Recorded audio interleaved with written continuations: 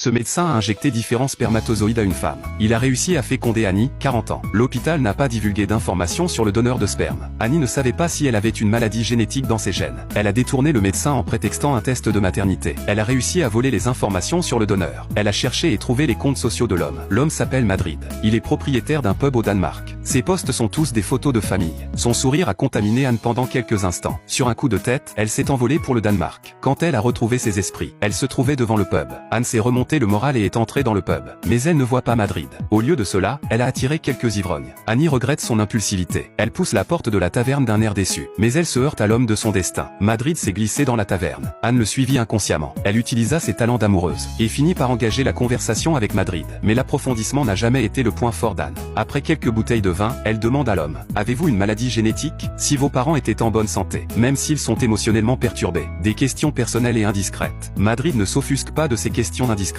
Peut-être était-ce le ton prudent de la demande d'Anne. Peut-être était-ce la sincérité dans ses yeux. Madrid, dans la lumière orange. Il a donné à Anne toutes ses informations personnelles. Annie a obtenu tout ce qu'elle voulait savoir. Elle s'est contentée de profiter de l'escorte de Madrid. Mais quand l'homme lui a demandé son nom, elle a discrètement menti pour s'en sortir. Mais Dieu ne veut pas qu'un homme sincère soit trompé. Quand Anne a oublié sa clé et s'est retrouvée enfermée dehors, elle a été forcée de donner son vrai nom, pour que l'aubergiste la laisse entrer. Madrid sourit en connaissance de cause. Puis il a regardé Anne entrer dans l'hôtel avant de partir. Cette brève aventure n'a pas interrompu les projets d'Anne. Ce qui confirme que Madrid est un homme sain. Anne a travaillé tout en allaitant son bébé. À plus de 40 ans, Anne a travaillé comme guide au musée. Elle répète tous les jours les paroles ennuyeuses du guide. Les années ont perdu de leur éclat à force d'être répétées. Tout comme la première moitié de la vie d'Anne. Elle n'a jamais été amoureuse ou en contact avec le sexe opposé. Peut-être parce qu'elle a grandi avec sa mère. Elle pensait que les hommes et le mariage portaient malheur. Jusqu'à ce qu'elle ait une idée soudaine à 40 ans. Elle voulait avoir un enfant. Elle a eu le courage de se faire opérer. Le bébé a maintenant 3 mois dans son ventre. Annie prépare peu à peu des articles de puériculture. Sa mère a également accepté le non-mariage d'Anne. Elle se réjouit de la naissance de son petit enfant. Annie pensait que tout allait bien. Madrid est soudain apparu sur le pas de sa porte.